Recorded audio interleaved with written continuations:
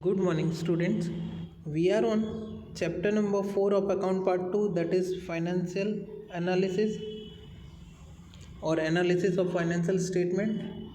Today, in this lecture, we will talk about the comparative balance sheet and its analysis. So, topic for today is analysis of balance sheet, right? So, first of all, let us see the specimen of comparative balance sheet or format of comparative balance sheet. We know that there are two sides in balance sheet. The first we write equity and liability, and after that we write asset. So let us see the equity and liability and its format for comparison purpose. This is the format of balance sheet, equity and liability side, format of comparative balance sheet. Now friends, as we have seen the comparative statement of profit and loss account, here also the same columns are there, total 6 columns. There also we used to make 6 columns. First column will be for particulars, second for note number, third for previous year amount, fourth for current year amount, and fifth is that increase or decrease in rupees, that is 4 minus 3, and sixth column is for increase or decrease in percentage, that is what 5 upon 3 into 100, that is column number 5 upon column number 3 into 100.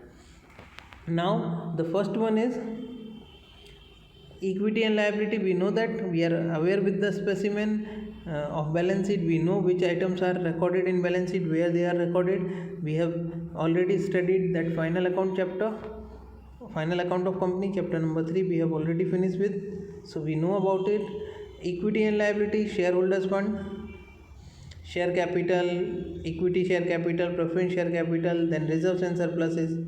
And then second heading, non-current liability. It may be long-term borrowing or long-term provision or any other liability. And then current liability, so that may be short-term borrowing, trade payables, other current liabilities, short-term provision, etc. So this way the amounts are written in previous year and current year, and then increase or decrease in rupees is found, and then increase and decrease in percentage is calculated. The same way in asset side also, same columns will be there, all same 6 column. First column for particular, second column for note number, third column will be for previous year amount, and fourth column for current year amount, and fifth column for increase or decrease rupees, and sixth column for increase and decrease in percentage. And items we know which are recorded at asset side, non-current asset and then current assets. And in non-current assets, subcategories are non-current asset, fixed tangible, fixed intangible, non-current investment, long-term loans and advances, other non-current asset. And in current asset, current investment, inventories, trade payables, cash and cash equivalent, short-term loans and advances, other current asset, etc. Now let us talk about analysis. There are two important concepts of balance sheet, that is equity and liability, and second asset. We very well know this. In the context of interpretation about these two components, following explanation can be given.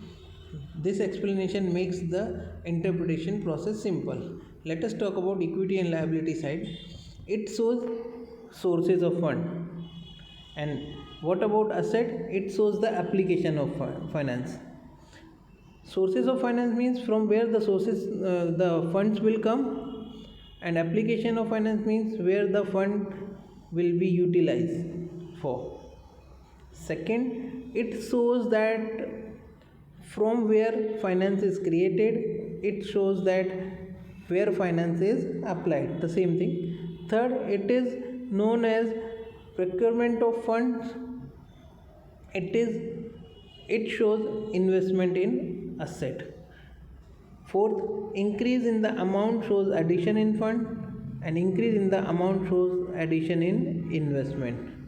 So if assets are increasing, that means it is additional investment, or increase in amount shows that additional investment. And if suppose liabilities are increasing, that means increase in amount shows addition in funds. Then sixth, opposite of that, fifth point, opposite of fourth, reduction in amount shows refund of funds or reduction in provision. And reduction in asset means that non-current assets or current asset.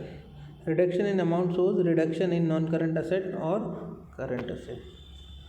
Okay. Now let us see what is disclosed by the balance sheet analysis.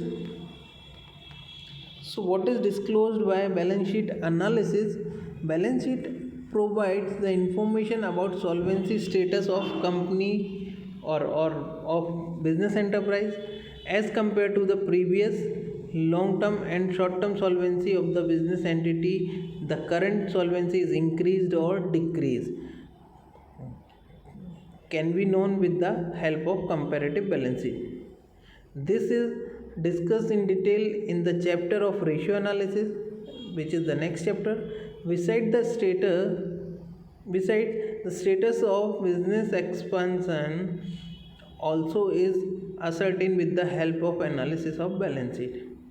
In brief, during two periods, how much share capital, reserve surpluses, non-current liability, current liability, as well as non-current asset, current assets are changed, increased or decreased in the terms of rupee or percentage can be ascertained from the comparative balance sheet.